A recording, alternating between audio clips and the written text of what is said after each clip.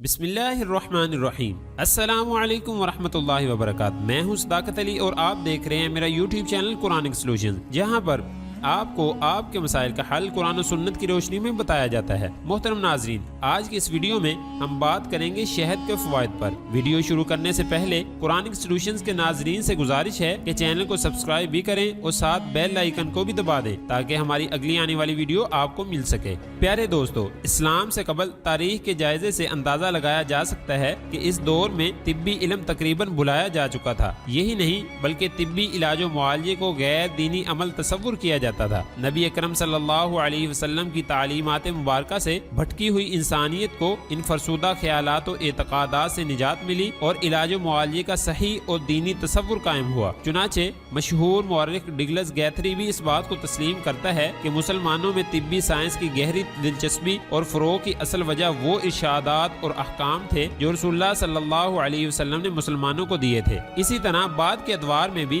جب یورپ اس حوالے سے انحطاط کا شکار تھا، دنیا اسلام کے زعماء طب نے طب اسلامی کو خوب فروغ دیا، جس کی گواہی دیتے ہوئے ڈونا گیمبل اپنی کتاب عربین میڈیسن میں اس طرح رقم تراز ہے کہ اسلامی سائنس کے فروغ کے دور میں یورپ تاریکی کے دور سے گزر رہا تھا۔ آگے لکھتا ہے، جن دنوں عیسائی دنیا تاریکی دور سے گزر رہی تھی، اس وقت اسلام کے عالموں نے علم طب میں حیرت انگیز سرگرمی کا مظاہرہ شروع کر دیا، لیکن صد افسوس کہ طب نبوی جو دنیا اسلام کا ایک مقدس موضوع اور فکر و مطالعہ تھا، جس کی روشنی میں تجاویز کردہ دوا اور غذا کا بہترین مرکب اور قدرتی فوائد سے بھرپور ہوتے تھے، اب وہ محض کتابوں کی نظر ہو کر رہ گیا۔ لہٰذا ضرورت اس امر کی ہے کہ طب کے متعلق ذخیرہ احادیث کو امت کے سامنے پیش کیا جائے اور اس حوالے سے حکمائے اسلام کی تحقیقات اور تجاویز کو اہل اسلام کے سامنے اجاگر کیا جائے۔ چنانچہ اس مقصد کو پیش نظر رکھتے ہوئے ذیل میں شہد کے متعلق فرمودات نبویہ اور اس کے چند فوائد کو ذکر کیا جاتا ہے۔ محترم ناظرین، لفظ شہد اردو زبان کا لفظ ہے، فارسی اور ہندی میں بھی یہ لفظ بولا جاتا ہے اور عربی میں اس کو عسل بولتے ہیں اور فرانسیسی میں اس کو مائل کہتے ہیں۔ رب ذوالجلال نے شہد کو باعث شفا قرار دیا ہے۔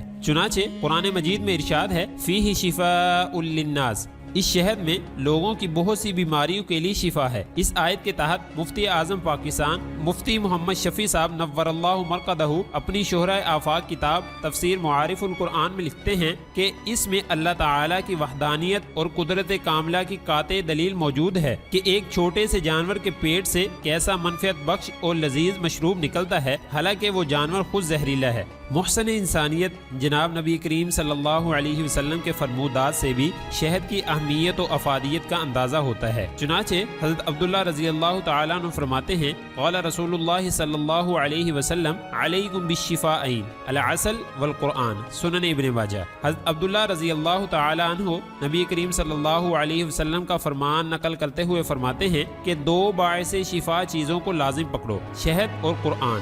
رسول اکرم صلی اللہ علیہ وسلم کی یہ حدیث مبارک بڑی جامعیت کی حامل ہے۔ اس میں طب الہی و بشری، دوائے ارضی و سماوی اور طب جسدی و نفسی کو جمع فرما کر دونوں کو اختیار کرنے کا حکم دیا گیا ہے۔ شہد کی افادیت کا اندازہ اس بات سے بھی لگایا جاتا ہے کہ حضور علیہ الصلاۃ والسلام خود بھی اہتمام سے اس کو استعمال فرمایا کرتے تھے۔